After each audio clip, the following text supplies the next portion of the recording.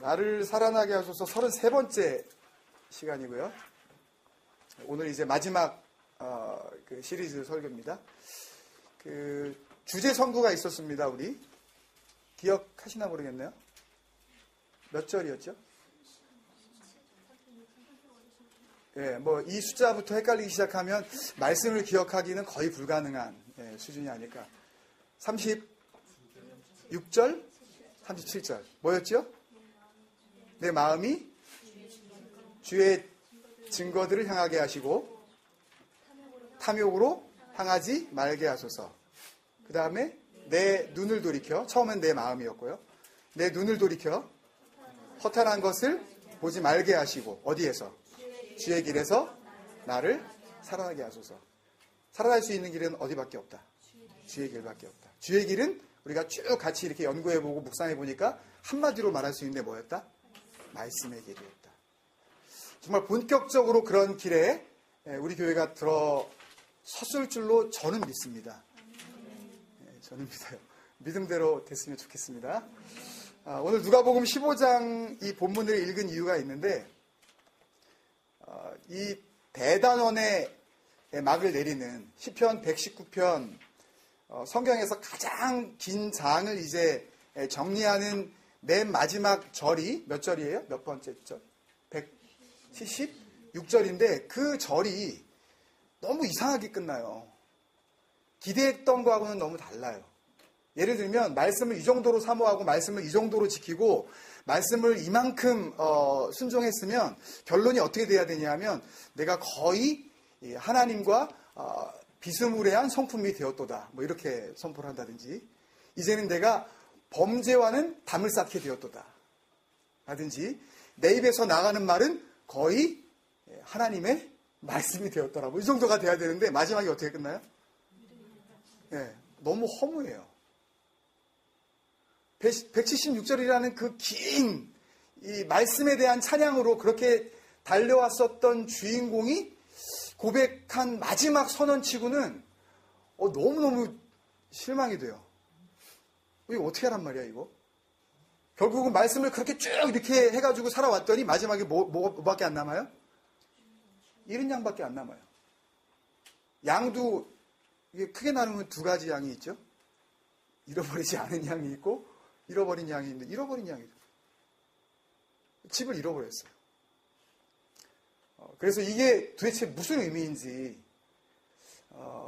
오늘 다른 때도 언제나 이렇게 정신을 바짝 차리고 들으시겠지만, 오늘은 쉽지만 이 말씀이 계속해서 연결되어져서 우리가 이해하고 그 주시는 말씀이 우리 마음에 새겨져야 하는 그런 영적인 작업을 해야 되기 때문에 여러분들 조금 더 정신을 차려주셔야 돼요. 오늘 가뜩이나 이 나를 살아나게 하소서, 지금까지 어설프게 살아날동 말동 하시는 분이 있었다면 오늘 마지막 설교인데 살아나야 될 거 아니에요. 아멘? 네. 마지막 기회다 이거. 좀 말씀을 한번 살아나보자. 우리 자녀들도 아멘? 네. 이게 정말 라스트 찬스라고 생각하시고 이거 아니면 안 된다라는 그런 마음으로 오늘 같이 한번 그 은혜 속으로 한번 들어가 봤으면 좋겠습니다. 오늘 누가복음 본문에서 예수님이 이 말씀하시는 비유의 대상은 이 두 부류로 딱 나뉘어집니다. 한 부류는 예수님과 같이 밥을 먹고 있는 이 모든 세리와 죄인이라는 그룹이고요. 또 한 부류는 그렇게 하고 있는 예수님과 죄인들을 보고 지금 수근거리고 있는 바리새인과 서기관 그룹입니다. 그죠? 아시겠죠 이건요? 예? 다 아시죠? 편의상 먼저 부류들을 A그룹이라고 하고 나중 부류들을 B그룹이라고 하자면, 본문의 이 A그룹을 보면 그들은 뭐 하러 왔어요? 1절에 보면 누구에게? 예수님에게 말씀을 들으러 왔어요. B그룹은 예수님이 말씀을 들으러 온 A그룹과 어울리는 것을 지금 같이 밥 먹고 있는 것을 지적하고 정죄하려는 자세로 나왔어요. 수군거렸다는 게 예수님 잘하시는데? 예수님 밥 잘 먹으시는데? 뭐 이러려고 하는 그런 의미가 아니죠. 수군거렸다는 것은 상당히 네거티브한 그런 의미죠. 왜 저러는 거야? 왜 저런 인간들하고 밥을 같이 먹는 거야? 그러니까 본문 3절에서 뭐라 그랬냐 하면 예수님께서 그들에게 이 비유로 이르시되 라고 말씀하셨어요. 이 비유로 이르시되 라고 할 때 그들이라는 그런 단어는 당연히 A그룹만 이야기할까요? 아니 B그룹만 이야기할까요? A그룹과 B그룹 다 들어라. 지금 그런 이야기를 하시는 거예요. 여러분 우리도 되게 그런 편이지만 복음서에 나타난 이 예수님의 대화 방법을 잘 살펴보면요. 항상 이렇게 그 상대적이에요.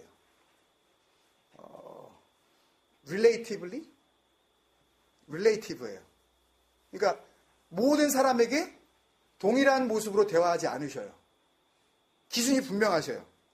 예수님께서 공생의 기간 동안 상당히 많은 사람들을 만나시는데 어떤 사람한테는 이 말씀을 전할 때 전부 이게 천국 복음인데 이 하늘나라의 비밀을 말씀하시면서 굉장히 친절하고 아주 이 인내심 있는 사랑스러운 말투로 말씀을 전하셨어요.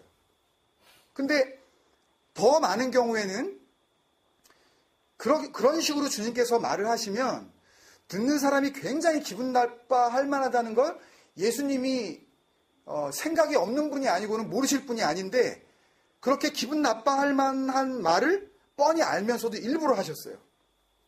그러니까 없었던 감정도 생기게 만들 정도로 아주 불쾌한 단어들을 막 사용을 하셨다고요. 금요기도회 때도 제가 한번 말씀을 드렸지만 막 욕을 해대신 거예요. 잘 믿던 사람도 떠나갈 정도로 막 그렇게. 근데 그건요, 우리가 잘 알다시피 예수님의 인격이 뭐 문제가 있다거나 예수님이 이중인격자라거나 예?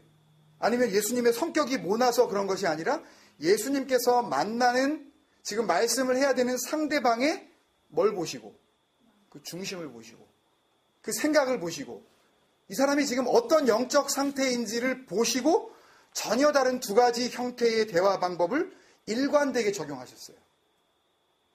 일관되게. 몇 가지 방법을? 적어도 두 가지 방법. 한 가지만 예를 들어보면요. 요한복음 4장에 보면 사마리아의 수가성에서 만난 한 운물가에서 만난 그 이름 모를 여인에게는 참 그런 여인에게 걸맞지도 않을 것 같은 주제. 뭐에 대한 이야기를 하셨어요? 진정한 예배가 무엇인지. 예? 그런 이야기를 무슨 이유인지 모르지만 남편이 막 옛날에 5명씩이나 되었었던 그런 여자에게 예배에 대해서 이야기를 나누셨다고요. 아주 친절하게 설명을 해주세요.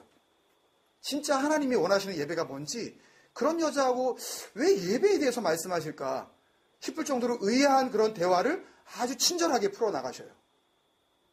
근데 바로 그 앞장의 요한복음 3장에 보면 뭔가 마음에 갈급함이 있어서 나름대로 주님께 말씀을 들으려고 찾아온 유대인의 관원, 바리새인 중에 한 명이었었던 상당히 이 믿음 생활이라고 하면은 그래도 내노라 할 정도로 잘하고 있는 이 니고데모라는 사람이 왔을 때는 물어보지도 않았는데 다짜고짜 거듭나라 그래요. 너 거듭났어? 라고 질문하시는 거예요. 너 거듭난 거 맞아? 너 안 그러고 하나님 나라 못 들어가. 뭐 물어보지도 않으세요. 뭐 믿음 생활 어떻게 했니? 뭐 물어보지도 않으시고 묻지도 않은 질문을 어떻게 하면 거듭나야 됩니까? 묻지도 않았는데 하늘나라 어떻게 들어갑니까? 묻지도 않았는데 다짜고짜 거듭나라고 막 그러죠. 몰아붙이셔요. 근데 이런 연유가 다 주님께서 가지고 계셨던 상대방의 뭘 보시고 중심을 보시고 말씀하시는 두 가지 방법이었다.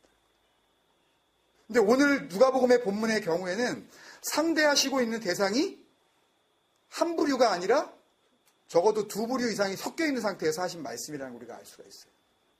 그죠? 우리가 A그룹, B그룹 나눴잖아요. 그래서 오늘 누가복음 본문에서 예수님께서 하신 비유의 내용도 어떤 한쪽 사람에게만 적용되어지는 말씀을 하신 것이 아니라 그 자리에 있던 모든 사람에게 해당되어지는 그런 비유의 말씀을 하신 것이라는 것이 당연한 사실입니다. 이해가 되시죠? 그래서 이 본문은 죄인이나 세리가 들으면 어쩌면 위로가 되고 회복이 되는 은혜의 복음이 될지 모르지만 나름대로 꽤나 믿음 생활을 하고 있었다고 자신하던 바리새인들과 이 서기관들이 들으면 기분이 나빠지고 아주 성질이 나고 마음의 찔림을 받아서 오히려 그 마음이 더 완악해지고 더 고집스럽게 되어지는 믿음의 걸림돌이 될 수밖에 없는 비유가 바로 오늘 본문이에요.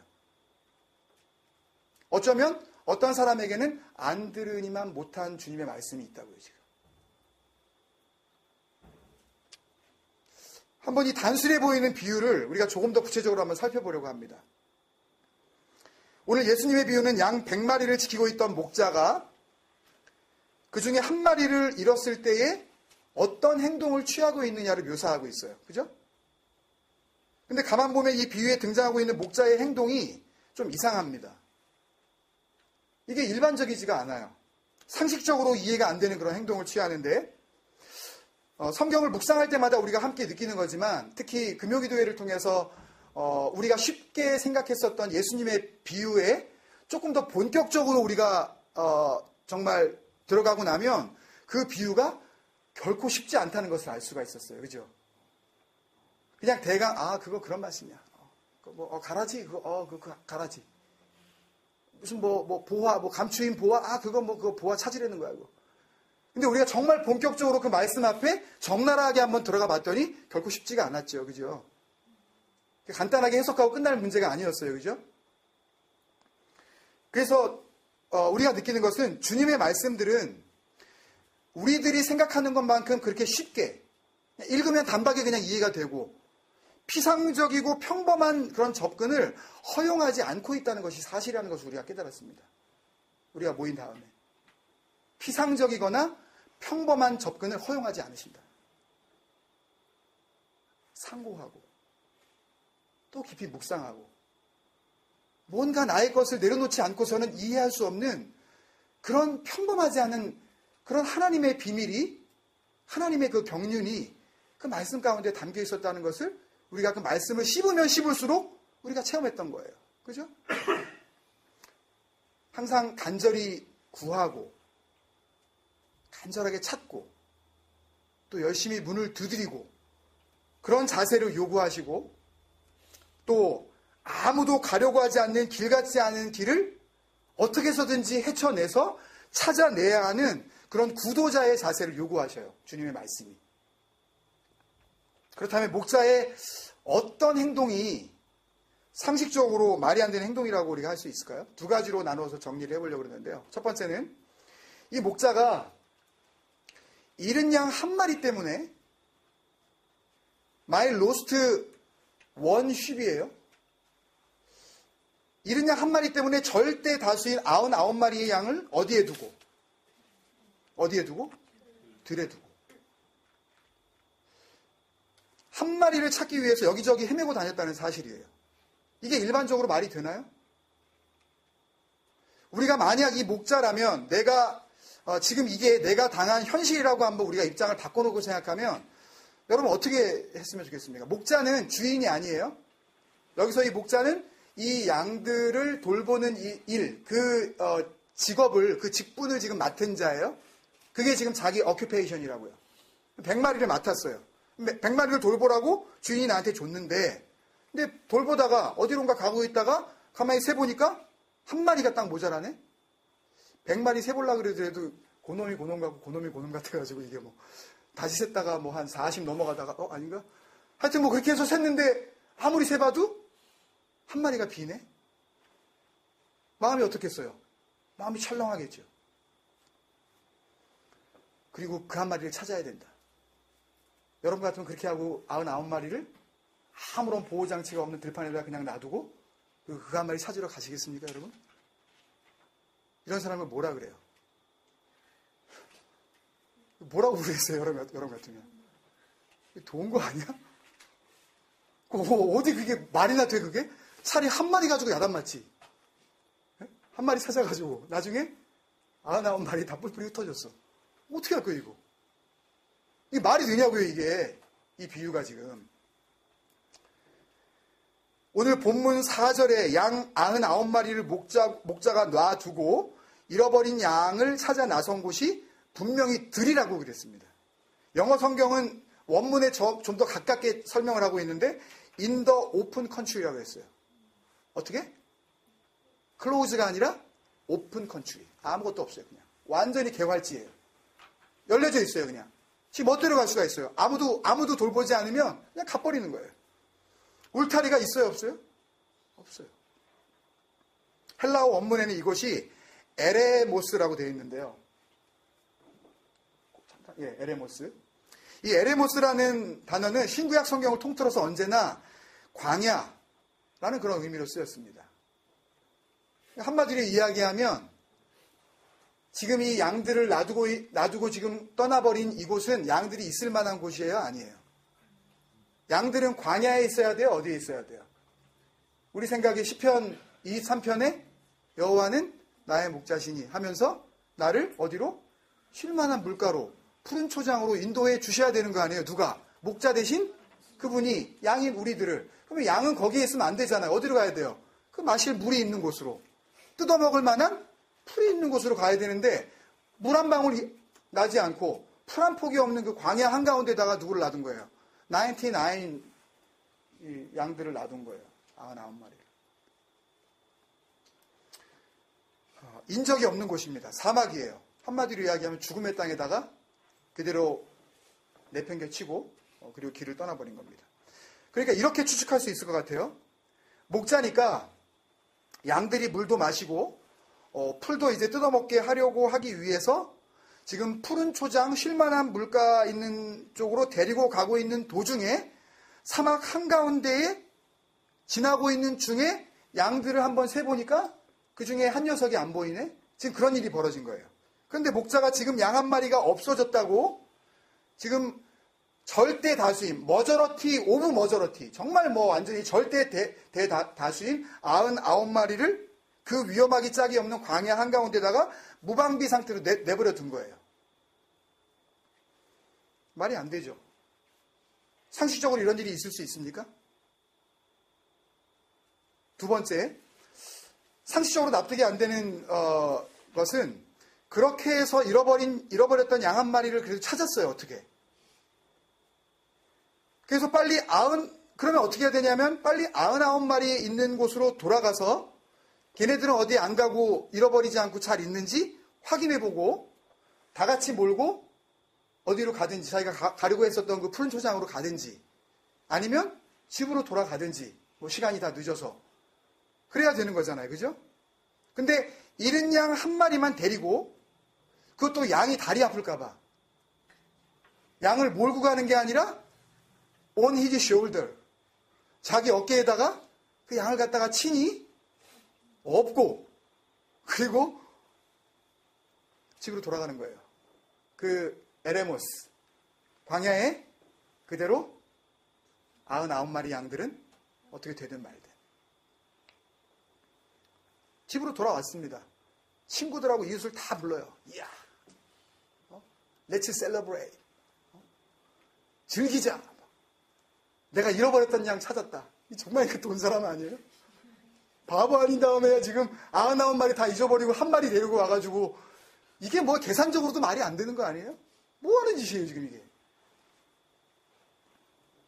정말 이런 식으로 목자의 그 일을 한다면 진작에 하여튼 일감이 없든지 아니면 99마리값 변상해주고 퍼스널 뱅크럽 선포하든지 이래야 되는 거 아니겠어요? 그죠? 큰 문제죠. 근데 여러분 이런 어처구니 없는 두 가지 사실들은요 예수님께서 그 다음에 하시는 말씀에 비하면 아무것도 아니에요. 이 두 가지도 참 어처구니 없기 짝이 없는데 그 다음에 예수님께서 하시는 말씀을 들어보면요 더 어이가 없는 말씀을 하신다고요. 가장 큰 문제는 그 다음에 7절에서 나오는 중요한 말씀입니다. 7절 한번 같이 읽어볼까요? 7절 시작. 내가 너희에게 이르노니 이와 같이 어떻게? 이와 같이라는 이야기는 뭐냐 하면 전에 내가 얘기한 저 앞부분에 있는 이 비유 그 다음에 이 다음에 이야기할 이 내용이 어떻다? 같은 얘기다. 이와 같이 In the same way 이와 같이 죄인 한 사람이 시작 죄인 한 사람이 회개하면 하늘에서는 회개할 것 없는 의인 99으로 말미암아 기뻐하는 것보다 더하리라. 그러니까 예수님의 결론에 의하면 6절까지 말씀하신 그 비유가 죄인 한 사람이 회개하고 그것을 기뻐하는 하나님의 모습을 그리고 있다는 거예요. 그 비유가 뭐라고요? 죄인 한 사람이 회개하고 하나님께서 하늘에서 그 회개함을 받으시고 기뻐하고 있다는 비유를 하신 거라고요. 그게. 그렇다면 비유에서 나왔었던 잃은 양 한 마리가 의미하는 건 뭘까요? 두말할 필요도 없이 회개한 죄인 한 사람. 그러면 또 들판에 버려진 99마리의 양은 뭐가 될까요? 7절의 말씀에 또 한 가지 나오잖아요. 회개할 것 없는 의인 99. 상징하는 거죠. 여러분 잘 기억해 두셔야 돼요. 지금 이 말씀을요. 근데 보통 많은 교회들이 이 말씀을 어떻게 적용하고 활용하고 이해하고 있냐 하면 잃어버린 영혼을 찾아야 한다면서 소위 하나님의 일을, 목자의 일을 자기들이 대신하겠다고 하면서 한 영혼 초청잔치를 막 벌여요. 뭐가 뭐를 찾는 거예요 지금? 양이? 양을 찾는 거예요. 이런 일이 있을 수 있을까요? 누가 누군지도 몰라요. 이게 찾아야 할 양인지 이게 찾지 말아야 할 양인지 알지도 못하고 막 그냥 막 데리고 오는 거라고요. 그리고 그 일은 사실 양이 해야 될 일도 말씀해 보세요. 그게 양이 해야 될 일이에요?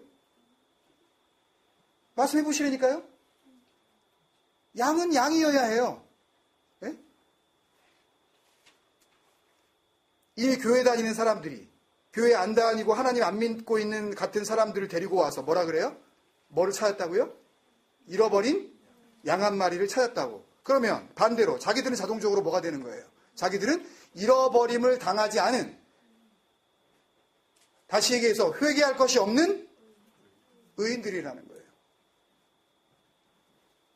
근데 여러분 예수님의 결론에서 나오는 이 의인 99이나 이들을 상징하는 잃어버려지지 아니한 99마리 양은 안전하게 울타리가 쳐진, 우리가 늘 같이 묵상했었던 울타리가 쳐진 무슨 동산? 에덴 동산에 있다거나, 의인들이라면 당연히 죄악된 세상, 광야 가운데 있는 것이 아니라 누구와 함께? 나의 목자 되신 여호와 하나님과 함께 누구의 나라에? 하나님의 나라에 이미 들어가 있어야 되는 것이 맞는 것인데, 지금 그 99은 어디에 있냐 하면 아무 울타리도 보호장치도 없는 그 들판, 광야에는 뭐가 득실거려요? 출애굽기에서 우리가 알 수 있는 것은 불뱀과 전갈이. 그 가득한 광야에서, 그것도 자기들을 돌봐줄 목자도 없는 상태에서 사실상 내팽개쳐져 있다는 사실을 우린 기억해야 합니다. 누가? 자기들이 의인이라고 하는 그 사람들은 사실은 전혀 목자이신 그분에 의해서 보호받지 못하고 있다는 거죠. 그러면서 그들은 99이라는 절대 다수가 모인 그 집단을 형성하고 있었기 때문에 스스로는 뭐가 된 줄 몰라요? 버려진지 몰라요. 자기가 길을 잃은지 아니면 목자가 자기를 떠나고 아예 돌아오지 않는 건지 뭔지 자기들은 모른다고요. 자기들끼리 서로 괜찮아. 우리가 메인스트림이야.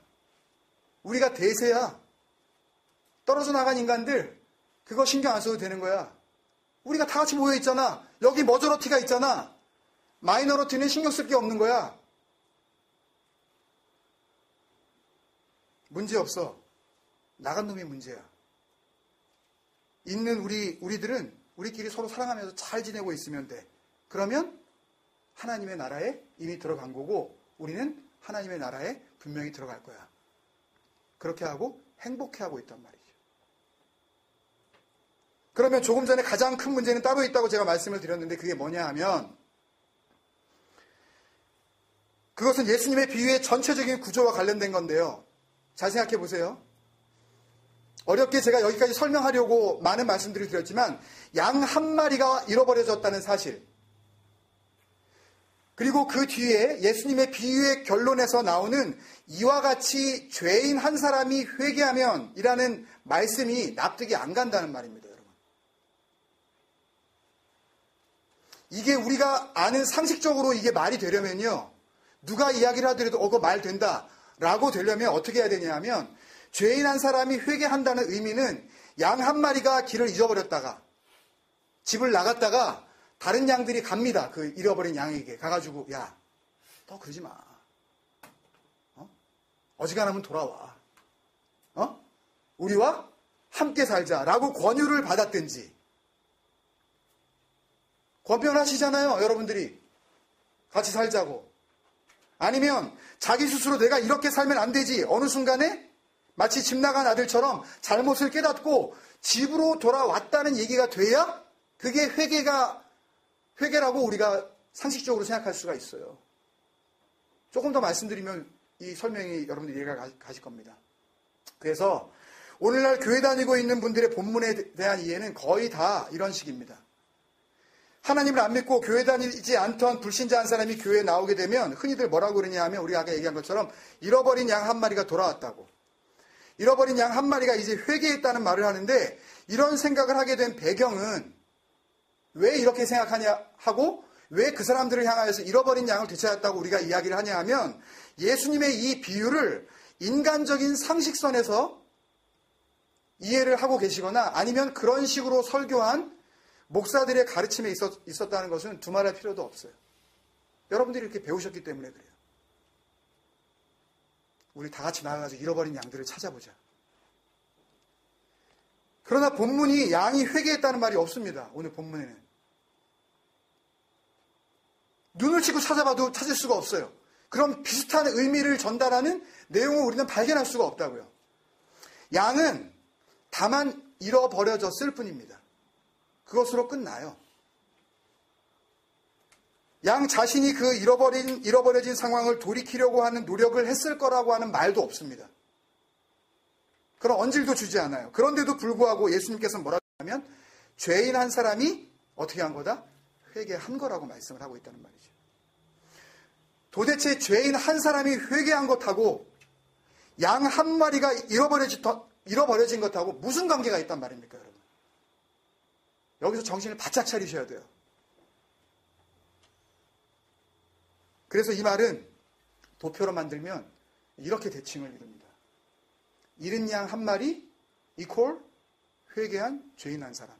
한번 해보실까요? 시작. 잃은 양 한 마리 이퀄 회개한 죄인 한 사람.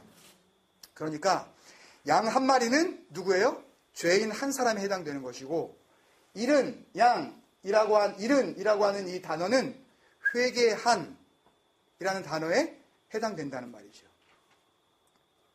이렇게 보면 한 마리 양을 한 사람의 죄인으로 보는 것까지는 별 문제가 없는데, 잃은, 이 lost라는 이 단어를 회개한,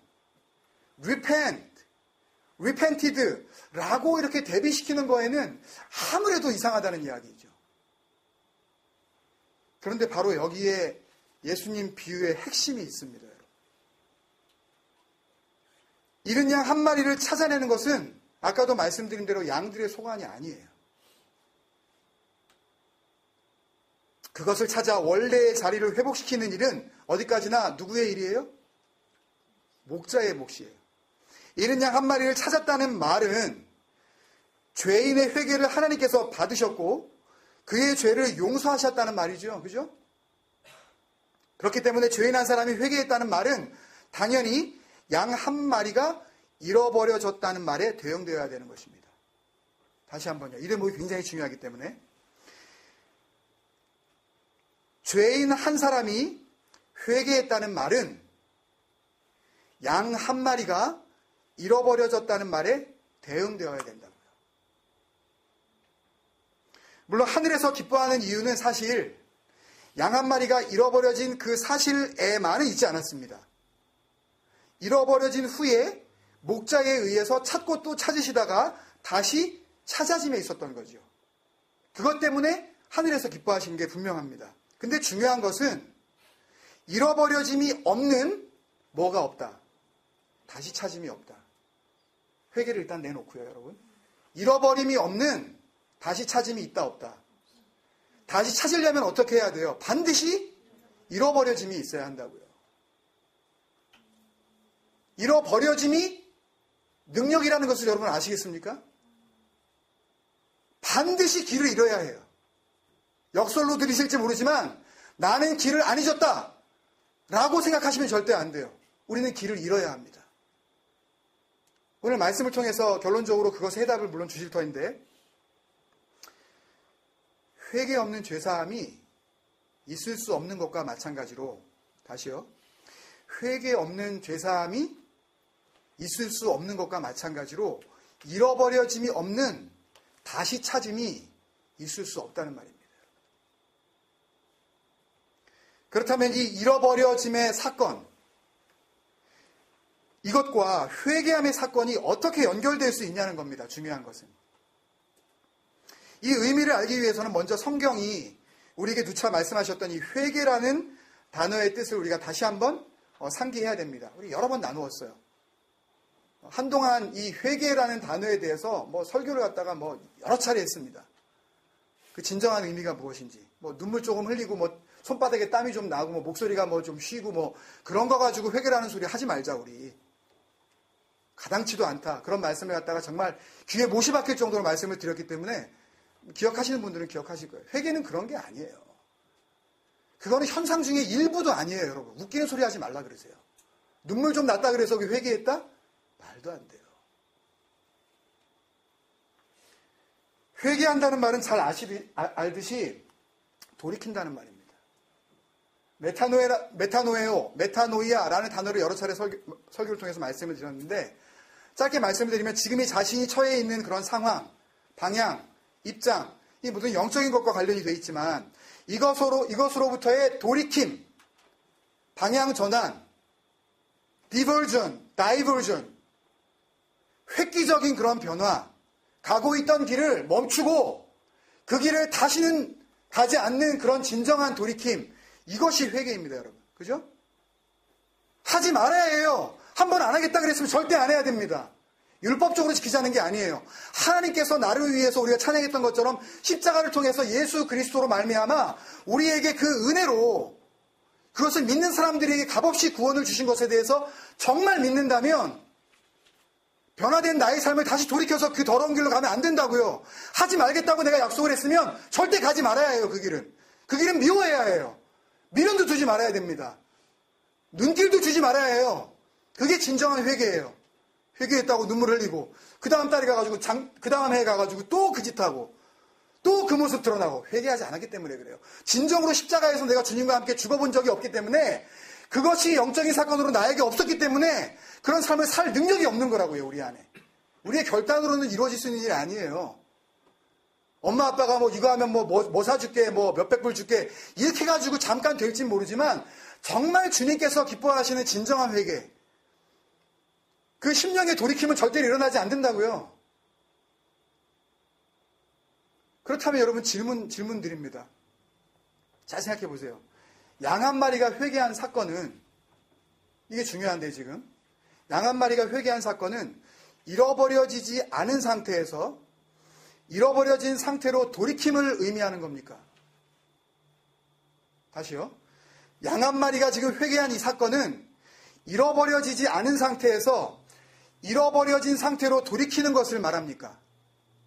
아니면 잃어버려진 상태에서 다시 찾아진 상태로의 돌이킴을 의미하는 것입니까?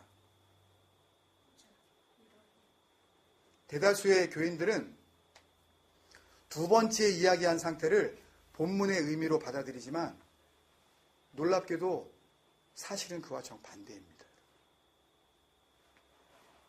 예수님의 말씀은 먼저 것, 잃어버려지지 않은 상태에서 잃어버려진 상태로의 방향 전환을 뭐라고 하셔요? 그걸 회개라고 하셔요. 예수님은 비유를 통해서요, 잃어버려지지 않은 상태, 어디에 있었던 거죠? 100마리 가운데에 한 마리로 살던 그 이름 모를 한 양이 그들의 집단으로부터 빠져나와서 혼자서 헤매게 된 사건을 가리켜 죄인 한 사람이 회개한 것이라고 말씀하고 계시는 거예요. 물론 이런 죄인의 회개가 받아들여졌느냐 아니면 받아들여지지 않았느냐 하는 문제는 누구의 영역이에요? 내가 길을 잃었기 때문에 나는 무조건 구원받았다라는 논리를 말씀드리는 것이 아니라 그 이후에 이것이 회개로 받아들여졌느냐 아니냐의 영역은 누구의 문제냐고요? 하나님의 영역이에요. 그건 저와 여러분이 논할 문제가 아닙니다. 저 사람이 회개했다, 저 사람 구원받았다 라고 논할 수 있는 그런 권리가 저와 여러분에게는 아예 없다고요.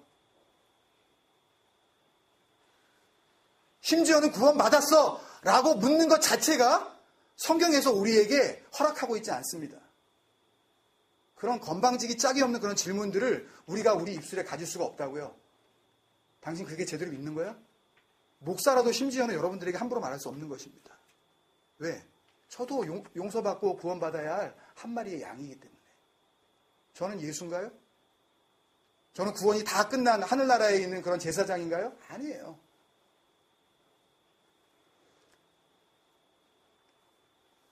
잃어버려지지 않은 상태. 그 100마리 가운데 한 마리로 살고 있던 양이 그 100마리의 집단으로부터 빠져나와서 혼자 헤매게 된 사건을 가리켜서 죄인 한 사람이 회개한 것으로 주님께서 말씀하고 계시다면,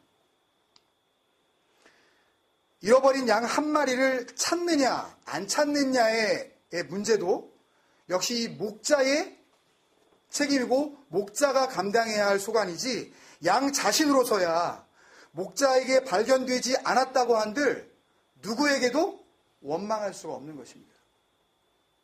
아시겠어요? 그러나 예수님은 말씀을 통해서 분명하게 약속해 주셨습니다. 그 잃어버린 것을 언제까지? 찾아낼 때까지. 반드시 찾고야 말겠다라는 주님의 그 분명한 의도가 담겨 있다고요. 끝까지 내가 찾아내고야 말리라. 그러면서 예수님께서는 왜 한 마리의 양이 무리로부터 빠져나가서 길을 헤매이고 다니는 것을 가리켜 죄인 하나가 회개했다라고 표현하신 것인지 말씀하고 계십니다. 그것을 결론으로 말씀드리기 위해서는 조금 더 설명이 필요한데, 여러분들 인내하는 마음으로 제 말씀을 들어주셨으면 좋겠습니다. 사람은 저와 여러분이 그렇게 나고 자랐듯이 누구나 혼자 태어나서 혼자 죽습니다. 여러분. 그 누구도 한 사람의 태어남 그리고 한 사람의 죽음, 그 기쁨과 고통을 대신할 수가 없어요. 맞죠? 누가 누구를 위해서 대신 죽어주겠어요? 자기의 생명인걸요.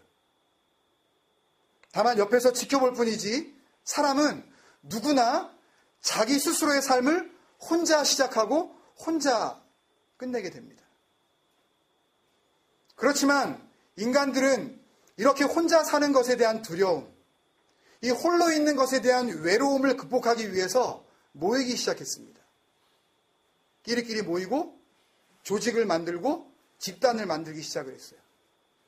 집단이 되고 오거나이제이션을 만들고 그룹을 형성하게 되면 뭐가 생기냐 하면, 그 오거나이제이션과 그 그룹의 에틱스 혹은 스탠다드, 그 집단 윤리와 조직의 원리라는 것이 생기게 마련입니다. 이렇게 되면 자신이 아무리 하고 싶은 일이라고 할지라도 그것이 자기가 소속되어 있는 집단의 윤리를 거스르게 되면 그 집단에 있는 다른 사람들로부터 지탄과 제재를 받게 됩니다. 그런 경험해 보셨죠? 따라서 하늘로부터 받아온 혼자 태어나 혼자 사라지게 되어지는 진정한 개인은 어느 순간 사라져버리고, 그 조직이 원하는, 그 집단이 요구하는 개인만 남게 되고, 결국 그 사람은 그 집단의 원리에 충실한 사람으로 살아갈 수밖에 없게 됩니다. 그리고 이렇게 하나의 집단을 이끄는 사람들이 다시 자기에게 유리한 방향으로 그 조직을 이끌기 시작을 하고, 그 방향이 최고다, 이 길이 최선이다 라고 그렇게 내세우면서 구성원들을 가르치고 집단 윤리를 계속해서 강화해 나가기 시작을 합니다. 그렇게 되면 결과적으로 어떻게 되냐 하면 개인은 사라집니다. 하나님께서 고유하게 보배롭게 지은 개인의 본질은 완전히 사라져버리고 조직이 보는 나, 그 단체, 그 주변 사람들의 눈에 비친 나. 여러분들 교회 생활 그렇게 하지 않으세요? 솔직히? 내가 이렇게 하면 저 사람이 나한테 뭐라 그럴까? 혹은 분명히 잘못된 걸 알았을 때 내가 그 교회를 빠져나오지 못하는 이유가 어디에 있어요? 내가 빠져나가고 나면 내가 교민 생활을 어떻게 내가 감당할까? 그거 무서워서 못 나오죠? 이미 생활 가운데 자명한 사실 아니에요. 그 두려움 때문에. 예를 들어 보겠습니다. 한 사람의 생명이 태어나면 거의 예외 없이, 예외가 없습니다, 이것은. 그렇지 않다고 하시는 분들은 제가 설교하는 중이라도 한번 반대 의견을 내봐 주세요, 오늘은. 아닙니다, 목사님 말씀 틀렸습니다 하고 얘기를 해주시라고요. 모든 사람은 예외 없이 일정한 기간 완전히 개인으로 살아갑니다. 자기의 부모가 누군지, 이 여자가 내 엄마인지 아닌지 여러분들 알고 젖을 빠졌습니까? 또 안다고 해도 그들을 염두에 두면서 행동하지 않습니다. 내 엄마가 맞다라고 친다 하더라도 우리 엄마를 내가 좀 배려해야지 라고 그렇게 생각하지 않는다고요. 이런 면에서 볼 때 어린아이면 어린아이일수록 철저하게 에고이스틱, 이기적이고 완벽한 개인주의자입니다. 누구일수록? 어릴수록. 완전한 에고이스트, 완벽한 인디비주얼리스트. 아무도 세상엔 없다. 자기밖에 없는 거죠. 자신이 불편하면 어떻게 합니까? 그냥 울어버려요. 거기에 울까? 이번에 한번 참을까? 아니면 이번에는 약간 볼륨을 내릴까? 이런 고민이 있어요, 없어요? 그런 고민을 하신 분은 그건 애도 아니고 뭐. 이런 어린 나이한테 예를 들어서 야, 너 너무하는 거 아니야? 다른 사람들 생각해. 아빠 내일 아침에 일찍 회사 나가야 돼. 엄마도 힘들다고 애 키우는 거 너. 라고 하면서 이야기를 할 수 있습니까?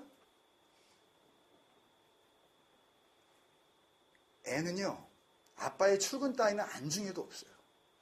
엄마가 손목이 나갔는지, 나를 들 수 있는지 없는지 그런 거는 생각할 겨를이 없다고요. 그런데 이런 어린아이도 세월이 지나면 서서히 가족이라는 집단이 눈에 들어오기 시작을 합니다. 조금 더 잘하면 학교에 가요. 학교라는 조직에서 내가 어떻게 행동을 취해야 될지 그것에 대해서 내가 습득을 하게 돼요. 이것을 문화라고 합니다. 무서운 거예요. 그리고 또 어떻게 믿음을 갖게 돼서 교회라는 집단에 들어가면 교회가 가지고 있는 사회성을 배웁니다. 그리고 교회라는 그런 특수한 구조의 집단들이 더불어 살아가는 그 원리를 배워요. 특히 옛날에 이 성경이 쓰여졌을 때 같은 그런 오랜 시절에 이 집단 노동이 굉장히 중요한 사회 덕목으로 인정을 받던 그런 농경사회라든지 이스라엘 백성들처럼 광야에 다니고 아니면은 푸른 초장을 찾아다녀야 하는 그런 이 유목민족의 이 전통에서 자란 사람들은 더욱더 이 집단의 원리에 충실하게 되어 있습니다.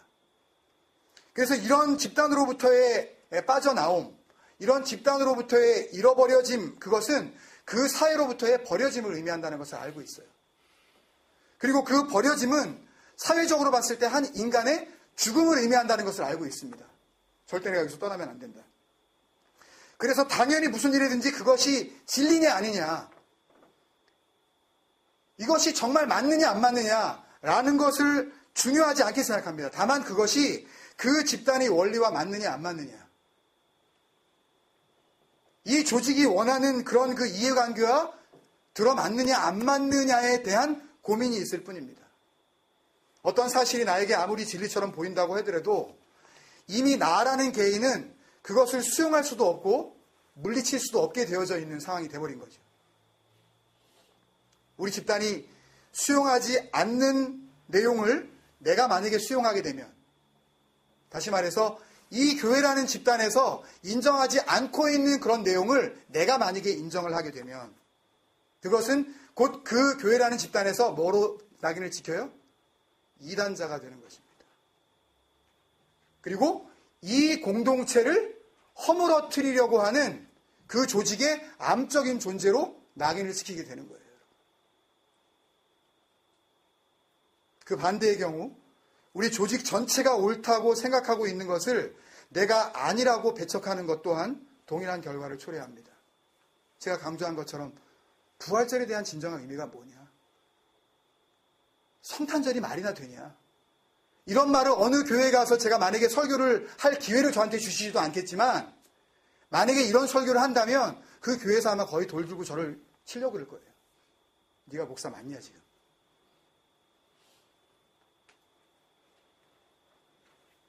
물론 학교에서도 부모에게 효도해라. 나라에 충성해야 된다. 이웃을 생각해야 된다. 이런 식으로 이제 생각들을 주입을 하고 윤리적인 그런 교육을 가르치고 그렇게 잘 사는 학생들을 골라내서 상을 줍니다. 그리고 인커러지예요.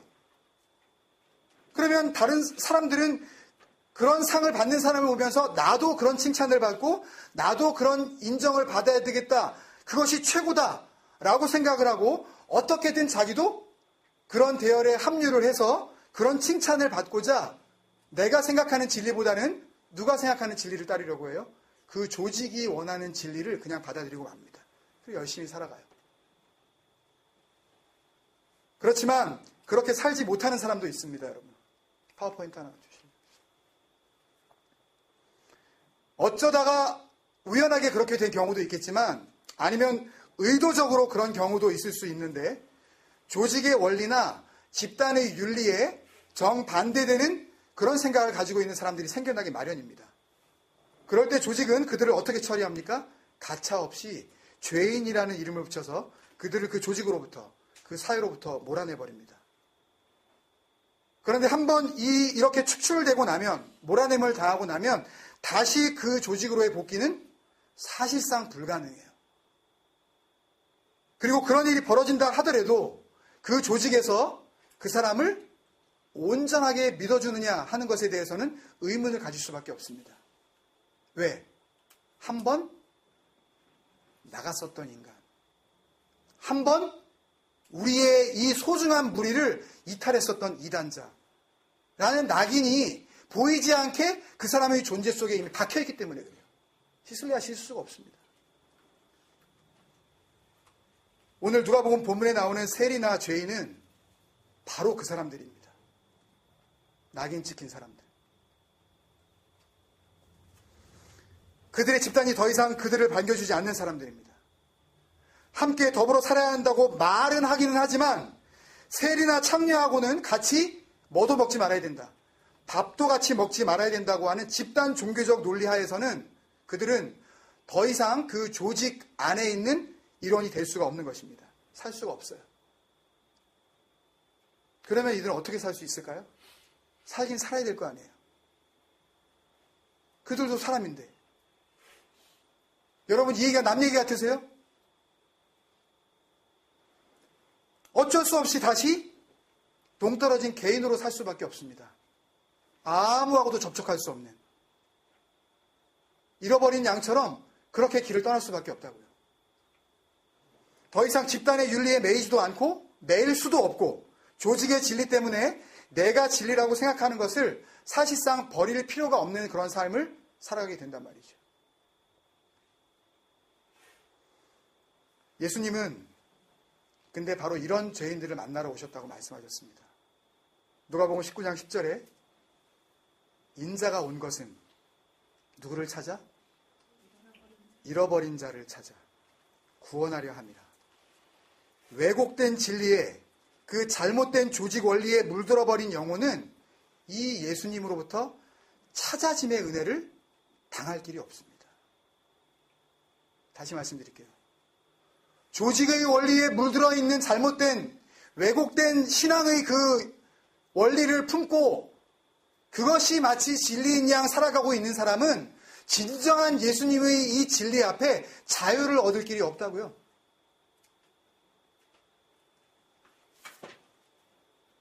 오로지 인간적 기준의 집단윤리에서 떠난 사람들, 그 99마리의 원리에 매여있지 않은 사람들만 길 잃은 한 마리 양처럼 외롭지만 그런 영혼이 되어져서 예수님의 다시 찾으심의 은혜를 얻어낼 수가 있는 것입니다. 그렇게 해서 집단에 소속된 사람들도 사실상 하나님의 보시기에 죄인이 아닌 것은 마찬가지지만 그들도 죄인이고 또 그들 집단에서 빠져나온 사람들도 여전히 죄인인 것은 마찬가지입니다. 어떤 차이가 있냐 하면 중요한 다른 점은 먼저 자기가 의인이라고 생각하고 99마리의 양무리들 가운데 묻혀서 살고 있는 그들, 그 B그룹은 자신들도 죄인이면서 다른 죄인들을 정죄하는 죄인입니다. 아시겠어요? 자기도 죄인이면서 다른 사람들이 더한 죄인이라고 차별하는 죄인이라고요. 그런데 A그룹은 자기가 죄인이라는 사실을 알고 그 사실 앞에 고개를 들지 못하는 죄인이라는 차이가 있습니다. 여러분.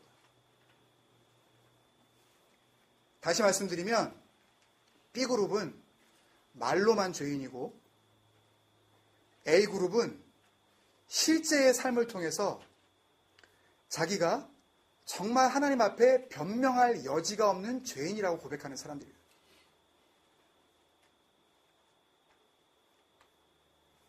조직 안에서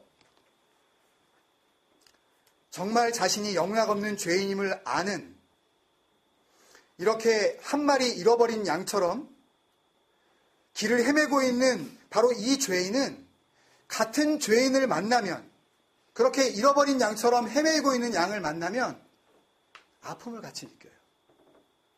왜? 자기도 그 잃어버려짐을 겪고 있기 때문에. 그래서 안아주고 싶습니다. 그래서 형식적인 그런 위로가 아니라 진정한 위로가 나와요. 그래서 조직으로부터의 이탈, 그런 조직으로부터의 이탈, 그 자체만으로도 하나님이 기뻐하시는 회개가 되는 것입니다. 이해가 되시는지 모르겠어요. 조직 안에서 그 집단의 원리대로 사는 동안은 진정한 죄인일 수 없습니다. 자신이 죄인임을 깨닫게 되면 죄인이 아닌 의인들과는 더 이상 살 수 없음을 알아요. 다 의인이라고 하는 사람들 사이에 죄인인 자기 자신이 껴있을 자리가 없다는 것을 자기가 발견한다고요. 이 깨달음이 그 죄인임을 발견한 그 자신을 죄인 아니라고 하는 그 집단으로부터 뭐하게 되게 한다고요? 돌이키게 하게 된다고요. 길을 떠나게 만들어버린다고요. 그러면 어떻게 됩니까? 갈 바를 알지 못하는 방황이 시작되는 겁니다.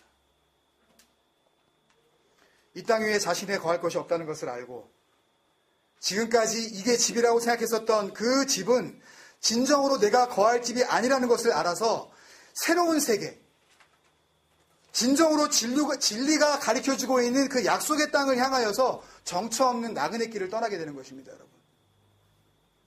이것이 돌이킴이고 이것이 회개입니다. 이런 삶을 시작한 사람만이 진정한 죄인입니다. 예수님께서 기필코 이런 영혼을 찾아내서 이들을 위로하시며 당신의 어깨에 메고 당신의 집으로 돌아가십니다.